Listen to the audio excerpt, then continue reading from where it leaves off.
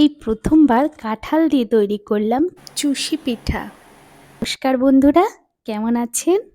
আশা করছি সবাই ভালো আছেন। আমি শ্রাবণী। এই পিঠা বানানোর জন্য প্রথমে কড়াইতে জল, দুধ, একটু লবণ দিয়ে ভালো করে ফুটিয়ে তার মধ্যে চালের গুঁড়ি ও কাঁঠাল পেস্ট করে রাখা সেটা দিয়ে ভালো করে নেড়ে চেড়ে সুন্দর একটা ডো তৈরি করে নেব।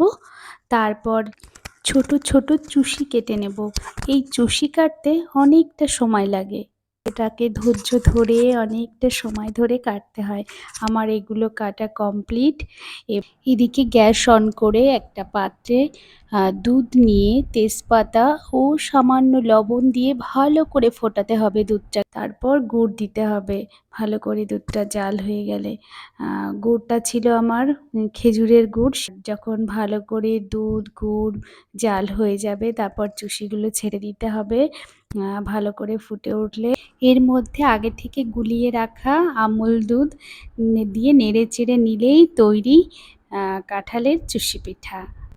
এই পিঠাটা আমি প্রথমবার করলাম, কিন্তু খেতে দারুণ ছিল।